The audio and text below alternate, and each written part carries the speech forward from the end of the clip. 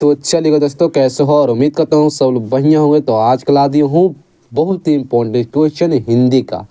मतलब कहीं कि जो घर पर लेते हैं क्वेश्चन में का ऑब्जेक्टिव, और 2018 का हम कराने वाले हैं इस वीडियो में। ऑब्जेक्टिव क्या है, जो बिहार बोर्ड जो 18 में पूछा है क्वेश्चन, और वही 18 का मतलब रिवीजन कराने वाले जो क्या किया जो हिंदी में पूछा है। चलिए देखते हैं और एक एक करके ऑब्जेक्टिव को लगाते हैं सब लोग। और वीडियो पर अंत तक बने रहना है सब लोग। अगर चैनल पर नए हो और यह चैनल पर अगर मेरे चैनल पर देखते हो सब लोग, तो सब्सक्राइब जरूर करना है, सब्सक्राइब नहीं किए हुए तो, ठीक ना। लगाना है पहला नंबर क्वेश्चन, जबकि पहले क्वेश्चन में 50 ऑब्जेक्टिव दिया था, 50 ऑब्जेक्टिव को बनाना था। 2018 का यह रूल था, है ना। और लगाना है पहला नंबर क्वेश्चन जो कॉमर्शिक था। कह रहा कि बाल कृष्ण भट्ट किस काल की रचना है। मतलब कि गद्य खंड और चैप्टर पार्ट 1 का है बाल कृष्ण भट्ट के काल का रचना है, जो कि बाल कृष्ण बातचीत का लेखक है बाल कृष्ण भट्ट। यह पाठ लिखे कौन सी आधुनिक काल, इसका होगा ऑप्शन नंबर डी, आधुनिक काल के कवि कहलाते हैं। याद रखना है आधुनिक काल के, एकदम दिमाग से एकदम मतलब कि सब एकदम समा के रखना, ठीक है। उसने कहा था किस वर्ष की रचना है। यह मतलब कि उसने कहा था कहानी है जो कि चंद्र शर्मा गुलेरी जी लेखक का नाम इनका। तो यह कहानी प्रकाशित कब हुआ था, याद रखना है। करेक्ट आंसर होगा 1915। 1915 में यह कहानी को प्रकाशित किया गया था। ऑप्शन नंबर ए होगा। तीसरा नंबर के संपूर्ण क्रांति का नारा किसने दिया था, जो कि गद्य खंड चैप्टर 3 का जो पार्ट है संपूर्ण क्रांति, और इनका लेखक का नाम क्या है, दिनकर जी नहीं, मुरारजी देसाई भी नहीं, यह नाम है जयप्रकाश नारायण। और यह जो पटना के गांधी मैदान में भाषण देने वाला यही थे जयप्रकाश नारायण। किसके द्वारा, जो कि शिक्षकों विद्यार्थी के विरोध में मतलब कि यह भाषण दिए थे, जो कि आक्रोश कर रहे थे विद्यार्थी को, जो कि 1974 में यह भाषण दिया गया था। याद रखना इसी बात को, जितने भी मैं बात बोल रहा हूँ सबको एकदम ध्यान देकर सुनना है। ऑप्शन नंबर बी होगा। चलेगा, लगाना है इसका क्या है, राइट आंसर होगा। चौथा नंबर की अर्धनारीश्वर किसकी रचना है। और अर्धनारीश्वर चैप्टर 4 है गद्य खंड का, जो कि अर्धनारीश्वर है बाल कृष्ण भट्ट के नहीं, मलियज की नहीं, मोहन राकेश की नहीं, जबकि दिनकर की। रामधारी सिंह दिनकर इनका पूरा नाम है, मतलब दिनकर। ऑप्शन नंबर ए होगा।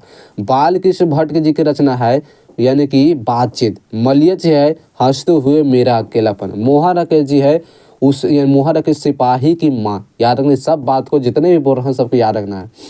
रोज कहानी की नायिका कौन है। चलिएगा, रोज कहानी की नायिका बोला, क्या मालती, कलावती, सुनीता या रंगीनी। मालती नहीं, कलावती कोई लेखक है जो कि माता जी के नाम ना है, नहीं सुनीता है, नहीं रंगीना है। मतलब क्या है, मतलब कि मालती है। इसका आंसर ए होगा। और रोज कहानी का लेखक है अज्ञे जी। इसी बात को याद रखना, अज्ञे जी है जो चैप्टर 5 का है, जो कि गद्य खंड के लिए। याद रखना इसी बात को। नाम रोज कहानी के लेखक हैं अज्ञे जी के। अज्ञे जी की पूरा नाम क्या है, सचिदानंद हीरानंद और बादशाह। चलिएगा, मतलब कहिए तो कंप्लीट करवा दिया हूँ। लगाना है छठा नंबर क्वेश्चन। करे कि एक लेख और एक पत्र का लेखक है। एक लेख और एक पत्र के लेखक है क्या। चलिए ऑप्शन देख लेते हैं। सुखदेव सिंह, बाल कृष्ण भट्ट, भगत सिंह या राजगुरु। बाल यानी कि एक लेख और एक पत्र के लेखक हैं सुखदेव सिंह नहीं, सुखदेव सिंह। तो ये बात को चैप्टर 3 में जो संपूर्ण क्रांति लेखक जो जयप्रकाश नारायण है, जो सुखदेव के जो प्रभावित होकर अमेरिका चले गए थे, ठीक है। यह बात को वो बात यानी कि जयप्रकाश नारायण के जो चैप्टर के बात में बताया गया था। लेकिन बाल कृष्ण भी नहीं होगा, भगत सिंह। क्या है, भगत सिंह इसका राइट आंसर होगा सी होगा, ठीक ना।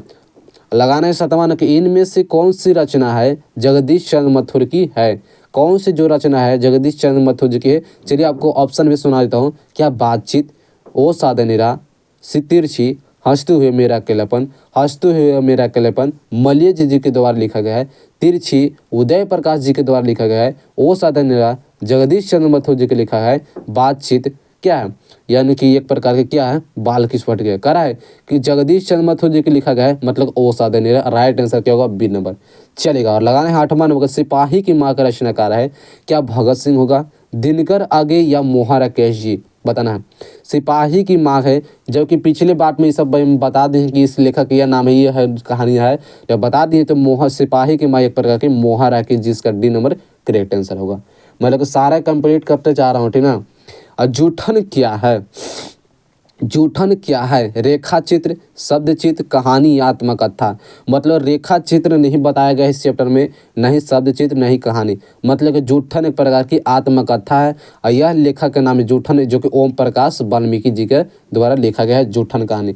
मतलब कि दोस्तों अब ओम प्रकाश वाल्मीकि है जो कि एक प्रकार क्या है, दलित परिवार के जो कि रहने वाले थे, ठीक ना। करेक्ट। दशमन का हंसते हुए मेरा अकेलापन किस विद्या से लिया गया है? हंसते हुए मेरा अकेलापन है कौन सी विद्या है? चलिए ऑप्शन हमको सुना देते हैं। निबंध, डायरी, लघु कथा, नाटक। हंसते हुए मेरा अकेलापन जो कि मलयज इनका लेखक का नाम है। ये जो मलयज है इनको डायरी लिखने में बहुत ज़्यादा रुचि था। जो भी जीवन काल में घटता था, जो घटनाएं सारा को जो डायरी में अपना लिखते थे, यानी कि डायरी ही इसका राइट आंसर बी होगा। लगाना है 11 नंबर क्वेश्चन कि इनमें से प्रेम का प्रिय कवि कौन है? प्रेम का प्रिय कवि कहलाते हैं क्या? जयसी, नाभादास, सूरदास, कबीरदास। प्रेम का पीर कहलाते हैं जो तो कबीरदास नहीं, कबीरदास कोई लेखक का नाम नहीं इस चैप्टर में, सूरदास के लेखक है, ये पद्य कहानी के लेखक है। नाभादास ये भी नहीं है। जैसी, मलिक मोहम्मद जैसी जो कि काव्य खंड में चल जाइए, चैप्टर 1 है जो मलिक मोहम्मद जैसी, जो कि दोस्तों कड़वा पाठ के लेखक है। ऑप्शन नंबर ए होगा। चलेगा। और इसी तरह से लगाना है 12 नंबर क्वेश्चन, एकदम कंप्लीट करते चलना है, ठीक ना। चलिए देखना 12 नंबर क्वेश्चन कि सूरदास किस भाषा के कवि हैं? संस्कृत, ब्रजभाषा, अवधी, मैथिली। सूरदास किस भाषा कवि है? नहीं संस्कृत, अवधी भी नहीं, मैथिली भी नहीं, मतलब कि ब्रजभाषा। अवधी इनके ही द्वारा लिखा गया है, लेकिन अवधी जो भाषा की बात करा ना, ऑप्शन में भी है ब्रजभाषा के लिखा गया। राइट आंसर क्या होगा? B number. तुलसीदास का बचपन का नाम था। अरे भैया बहुत बाबू वाला क्वेश्चन पूछ दिया कि तुलसीदास के बचपन का नाम था, सबको पता है इसका राम बोला, राम बोला। राइट आंसर ये होगा। 14 नंबर के नाभादास के दीक्षा गुरु को क्या नाम था? तो नाभादास के गुरु जी के नाम था ये नरहरि दास। क्या है? नरहरिदास। नाभादास न से नरहरि, न से नाभादास, याद रखना है। न से नाभादास, न से नरहरिदास। राइट आंसर होगा। 15 नंबर को भूषण की उपाधि किसने दी? चलिए ऑप्शन दिखाता हूँ। छत्रपति शिवाजी, महाराजा छत्रसाल, राजा रुद्रदास या औरंगजेबन, ठीक ना। तो भूषण के उपाधि देने वाले थे वो लेखक का नाम है राजा रुद्रदास। याद रखना है राजा रुद्रदास, इसका आंसर होगा सी नंबर। 16 नंबर, सब लोग अगर चैनल पर नहीं हो तो चैनल को जरूर सब्सक्राइब कर देना। क्या सब्सक्राइब भी और लाइक भी वीडियो को जरूर करना है। लाइक करने से यह होता है दोस्तों कि चैनल जो कि वीडियो है मेरा है वो सबको फिर और भी इंप्रेशन भेजेगा, ठीक ना। तुलसीदास के कोलाहल कला में किसकी रचना है? तो कोलाहल जयशंकर प्रसाद जी के द्वारा लिखे गए। ऑप्शन नंबर ये होगा। दिनकर जी इनका रामधारी से दिनकर है जो को क्या है चलेगा। और 17 नंबर क्वेश्चन के पुत्र वियोग किसकी रचना? बहुत अच्छे क्वेश्चन, इसमें कहानी सुनिएगा तो रवाई आ जाएगा। पुत्र वियोग है किसकी रचना है? चलिए ऑप्शन देखिएगा। सुभद्रा कुमारी चौहान, रघुवीर सहाय, आगे अशोक बजपेयी। पुत्र वियोग है सुभद्रा कुमारी चौहान है जो कि यह दोस्तों यह बेटे के लिए बहुत ज़्यादा कहानी को लिखते हैं। सुभद्रा कुमारी चौहान जी की मृत्यु कार दुर्घटना के कारण हुआ था। याद रखना है कार दुर्घटना के कारण इसका मृत्यु है। रघुवीर साहब है जो कि अधिनायक कहानी के लेखक है, जो चैप्टर 10 में चलिए गए काव्य खंड का चैप्टर 10 है। रघुवीर साहब यह दोस्तों हर्चना के बारे में बताते थे, जो कि हर्चना एक फटा सुतना कपड़ा पहने रहता था और वह राष्ट्रीय गाना गाता था, यानी कि रघुवीर साहब जी के चैप्टर में बताया गया है। अशोक बजपेयी है, अशोक बजपेयी जो कि दोस्तों क्या लेखक इनका है? अशोक बजपेयी को थोड़ा सा दिमाग सूत्र है क्या? गाँव घर क्या गाँव घर, थोड़ा सा रुकिए इसमें आती हो रहा है। आगे जी है पता है दोस्तों ये रोज कहानी का ऑप्शन नंबर सी होगा, रोज कहानी का, ठीक है याद रखना है। चलिएगा 18 नंबर क्वेश्चन है कि दूसरा सप्ताह के प्रकाशन कौन? क्या दोस्तों कि दूसरा सप्ताह के प्रकाशन हमारा 1951 क्या है? 1951 में हुआ था। राइट आंसर बी होगा। मुक्ति बोध का जन्म स्थान कहाँ? 19 नंबर मुक्ति बोध का जन्म स्थान क्या बिहार में, दिल्ली में, छत्तीसगढ़ या पंजाब में हुआ था? तो सबको पता है मुक्ति बोध का जन्म छत्तीसगढ़ में, क्या छत्तीसगढ़ में हुआ था? ऑप्शन नंबर सी होगा, रायपुर में। 20 नंबर का अधिनायक किस कवि की रचना है? चलिए ऑप्शन देखना है। रघुवीर सहाय, मुक्ति बोध, अगेय या नारगुजन। नारगुज का नाम काट देना है, अगेय जी को काट देना है, मुक्ति बोध भी काट देना है, मतलब रघुवीर साहब जी। ऑप्शन नंबर ये होगा रघुवीर साहब। तो वार्तालाप का संधि विच्छेद। चलिए अब संधि विच्छेद के बारे में आ गया और संधि से देखते हैं कितना अच्छा क्वेश्चन दिया है। 21 नंबर का वार्तालाप का संधि विच्छेद है। चलिए देखते हैं वार्त प्लस अलाप, वार्ता प्लस अलाप या वार्ता प्लस अलाप, वार्ता प्लस लाप, संधि विच्छेद करना है तो मतलब वार्ता प्लस अलाप। राइट आंसर क्या होगा? B number. वार्ता प्लस अलाप को जब तोड़ते हैं हम तो ये संधि विच्छेद होता है। संधि के बारे में मैं पढ़ा हूँ, मेरे वीडियो जाकर देख लीजिएगा, ठीक ना। कर नायक संधि विच्छेद होता है, नायक तोड़ना है, ये पूछ दिया है। नायक का मतलब कि नए प्लस यक, नए प्लस यक। राइट आंसर क्या होगा? ये बी नंबर, नए प्लस आप में रूप में टूटेगा। चलेगा क्या है दोस्तों? 23 नंबर क्वेश्चन में आया थे क्या? अन्वेषण का संधि विच्छेद। संधि विच्छेद से बहुत इंपॉर्टेंट क्वेश्चन लगता है। अन्वेषण का संधि विच्छेद कर दिए मतलब कि अन्वेषण का जब दो भागों में तोड़ने हैं तो तोड़ते तो अनु प्लस एसन के रूप में टूटा है। मतलब कि यहाँ कैसे तोड़ सकता हूँ? अगर डिजिटल बोर्ड पर पढ़ाता हूँ या दोस्तों कंप्यूटर या लैपटॉप में पढ़ाता है तो वहाँ मतलब सबको तोड़ तोड़ को बताता कैसे होता है कैसे नहीं होता है। मतलब कि यहाँ कैसे बता सकता हूँ, ठीक है। थोड़ा सा इसमें मुश्किल होता है, ऑप्शन मस्त होगा। करा है 24 नंबर को उद्गम का संधि विच्छेद। मतलब उद्गम तोड़ना है तो उत प्लस गम या उत प्लस गम, उत प्लस अगम या उत प्लस। उद्गम को तोड़ना है तो उत प्लस गम, मतलब जो हलंत में आता है, जो कि यह ऑप्शन में भी है, उत गम प्लस गम होता है। राइट आंसर क्या होगा? B number. और 25 नंबर क्वेश्चन करा है कि निश्चल का संधि विच्छेद। निश्चल, निस प्लस चल मतलब कि नी प्लस चल, ये वाला एकदम ध्यान रखना है, ठीक ना। ऑप्शन में भी होगा। लुटेरा में कौन सी परिचय या प्रत्यय के बारे में, प्रत्यय और उपसर्ग के बारे में क्वेश्चन आ गया कि लुटेरा में कौन सी। लुटेरा मतलब कि लुटेरा जो अंतिम जो शब्द टूटते जाता है लुट प्लस रा। ऑप्शन में क्या होगा? रा जो है प्रत्यय के रूप में टूटा, लुट प्लस की लुटे है यह दोस्तों उपसर्ग के रूप में टूट रहा है, रा है ये प्रत्यय के। ऑप्शन में होगा। अज्ञान कौन सा उपसर्ग है? अज्ञान मतलब उपसर्ग अ प्लस ज्ञान, अ प्लस अ को इधर लाना है, अ की वाला है अ, या प्लस क्या है जो उपसर्ग के रूप में टूट गया। राजकुमार में कौन सी समास है? समास का भी इंपॉर्टेंट क्वेश्चन रहता है।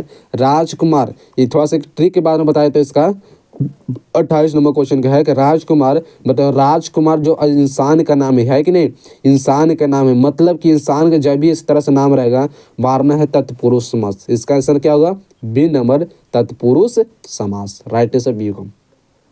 दाल रोटी में कौन से समास कहलाता है? दाल रोटी है मतलब जब भी क्या है सिंगल बॉन्ड, यह प्रश्नवाचक चिन्ह जो बुझाएगा मतलब मारना क्या? द्वंद्व समास। द्वंद्व समास होता है, ऑप्शन नंबर सी है। तत्पुरुष समास ने द्विगु समास दिखाएगा मतलब संख्या को द्विगु समास कहते हैं। ऑप्शन नंबर इसे ध्यान देखना है ना। चलिएगा और 30 नंबर क्वेश्चन लगाना है। 30 नंबर क्वेश्चन कह रहा है दोस्तों कि घनश्याम, घनश्याम में कौन से समास है? मतलब घन प्लस श्याम, क्या है? घन चलाने के काम कर रहा है श्याम। श्याम एक आदमी है, घन चलाने का काम मतलब कर्म कर रहा है, मतलब कर्म कर रहा था ना, घन चला रहा है, यानी कि ऑप्शन में ये होगा कर्मधारय समास। चौराहा में कौन से समास है? समास के एक भी एकदम डाउट नहीं रहना, मेरा वीडियो जाकर देख लीजिएगा समास के बारे में, ऐसे एकदम ट्रिक के बारे में एकदम समझाऊंगा, पूरा समास चैप्टर के ही खत्म कर दिया हूँ, ठीक ना। कह रहा है कि चौराहा में कौन से समास है? चौराहा मतलब 4 गो चौराहा है जो कि चौक रहता है, वही कह रहा है क्या? यह हो जाता है द्विगु समास। ऑप्शन नंबर बी होगा। और 32 नंबर 32 के है पीताम्बर में कौन से समास? पीताम्बर, पिता प्लस अंबर मतलब पिता है हमारा, अंबर है मतलब पिता के बहू के लिए। ऑप्शन में क्या? बहुब्रीहि। पिता के बहू लाएंगे तो यानी कि बहुब्रीहि होगा नहीं, पिता को अगर बहू लाएंगे तो यानी कि बहुब्रीहि। ऑप्शन में भी होगा। पय का परिवाच्य, पय को हम क्या कहते हैं? पय एक प्रकार के दूध होता है, याद रखना है। पय एक प्रकार के दूध होता है, दूध एक प्रकार का पायस होता है, जो कि क्या केमिस्ट्री में पढ़े होंगे तो फिर दूध एक प्रकार के पायस है, पय को भी दूध कहता है। राइट आंसर होगा। अनुराग का विलोम है, जो कि उल्टा, विलोम मतलब उल्टा होता है। तो 34 नंबर को अनुराग का मतलब अनुराग को हम क्या कहते हैं? विराग। और अनुराग विराग मतलब विराग हो गया, हटो, ठीक ना। चलिए 35 नंबर के अर्थ का विपार्थक शब्द है। अर्थ मतलब जाते इति होता है। राइट आंसर क्या होगा? डी नंबर, इति। चलेगा और लगाना है क्या दोस्तों? और 36 नंबर क्वेश्चन कह रहा ना कि कृष्ण का विलोम होता है। कृष्ण का विलोम होता है, कृष्ण जो कला दिखाने के काम करता है, कला दिखाने का काम करता है उसे कृष्ण कहता है। ऑप्शन में ये हो कला, काला होता है कृष्ण। स्वाम्बर का विलोम होता अस्थावर को होता स्थिर, स्थिर होता है, जबकि स्थिर यहाँ पर यानी कि बैठे रहो तुम, स्थिर रहो, हिलना डोलना नहीं है, इसी को कहते हैं। नर का विपार्थक, नर को भाई या लोग क्या बोलते हैं, तो नर को बोलते हैं नारी। विपार्थक मतलब उल्टा होता है, ऑप्शन में डी होगा। स्तुति का विलोम होता है, स्तुति मतलब निंदा होता है, राइट आंसर क्या होगा, ये होगा। चलेगा 40 नंबर को जो संध्या, संध्या को जानते हैं सबको, प्रांतक होता है, राइट आंसर बी होगा। और शिव का होता है, शिव का कहलाता है शैव, ऑप्शन में बी होगा। और 42 नंबर क्वेश्चन और लास्ट क्वेश्चन इस वीडियो का, 42 नंबर क्वेश्चन का ध्यान देना है कि अपने पैरों पर खड़ा होना मुहावरे का अर्थ होता है। जब अपने पैरों पर खड़ा होता है मतलब कि स्वावलंबी होना, राइट आंसर क्या होगा, बी नंबर।